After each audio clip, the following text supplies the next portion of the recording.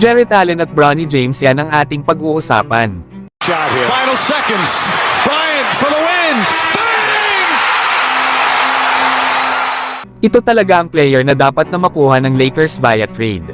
At ito nga ay walang iba kundi si Jarrett Allen ng Cleveland Cavaliers. Na malaking tulong nga ito para sa Lakers kapag nakuha nila si Jarrett Allen. Magkakaroon nga ang Lakers ng size na kung saan ang isa sa mga dahilan kung bakit natalo sila sa Denver Nuggets sa first round ng playoffs. Na possible na kasi itong e-trade ng Cleveland Cavaliers. Dahil mas priority nila ang magkaroon sa ngayon ng mga versatile backcourt sa likod nila Donovan Mitchell at Darius Garland. Nandyan pa naman si Evan Mobley na mas mapapadali ang improvement kung siya ang magiging main man bilang sentro ng kanilang kupunan. Kaya naman para makuha ng Lakers itong si Jarrett Allen ay maaari nilang ibigay sila Rui Hachimura, Jalen Hood-Schifino. Isama pa ang 2024 ngayon sa NBA draft, ito nga ay ang number 17 pick at ang 2026 first round pick swap. Ay panigurado na tatanggapin ito ng Cleveland Cavaliers kapalit ni Jarrett Allen papuntang Los Angeles Lakers. Masyadong ang malaki mga idol ang kailangan bitawan ng Lakers para sa nasabing trade na ito.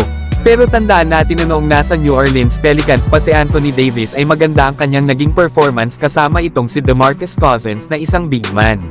At ganun nga rin noong 2020 kung saan nanalo si Anthony Davis ng una nitong championship dito sa Los Angeles Lakers.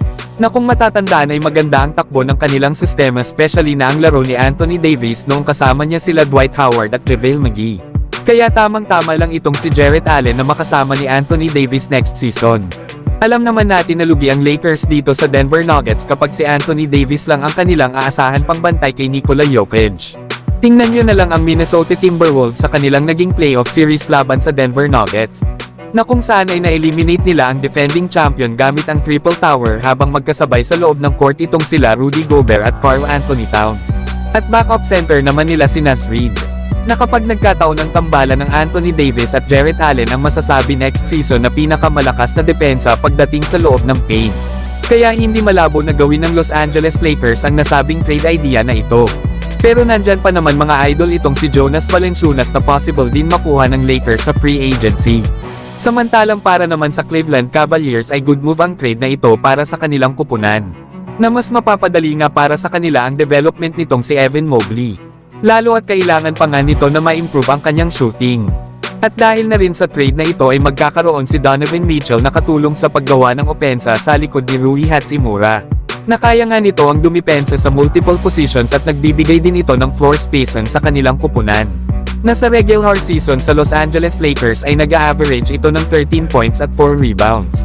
Habang makukuha rin ng Cavaliers itong si Jalen Hood-Schifino. Hindi man daw ito nabigyan ng chance sa Los Angeles Lakers. Ay dito nga daw sa Cavaliers ay panigurado na magagamit ito lalo at kulang ang kanilang kupunan ng isang backup point guard. Maaari nga din ito maglaro sa Cavaliers bilang combo guard. Isa pa ay meron 2 first round picks na makukuha pa ang Cavaliers dito sa Los Angeles Lakers, na maaari nga nila itong gamitin sa paggawa ng trade. Kaya solid na rin ang trade idea na ito para sa Cleveland Cavaliers. Pero kayo mga idol, gusto nyo ba na kunin ng Los Angeles Lakers itong si Jarrett Allen? Samantalang possible naman natin makita ang duo nila Kyle Kuzma at Bronny James. Lalo at ang GM nitong Washington Wizards ay sinabi na nasa kanilang radar daw itong si Bronny. Lalo at nagustuhan daw nito ang mga ginawa ni Bronny noong naglalaro pa ito sa high school. Kung baga mga idol ay nakikitaan ng general manager ng Washington Wizards itong si Bronny ng malaking potential. Na mas lalo pa nga itong na-impress sa anak ni LeBron nang bumalik ito sa kanyang kupunan sa college para maglaro matapos itong gumaling sa kanyang natamong cardiac arrest. Pero kinakailangan pa rin daw ng Washington Wizards na tingnan mabuti itong si Bronny James katulad ng ibang mga players na magpapadraft ngayong taon. Malaki pa naman ang advantage ng Washington Wizards dito sa Los Angeles Lakers. Dahil hawak ng Wizards ang number 2, number 26 at number 51 picks sa NBA draft.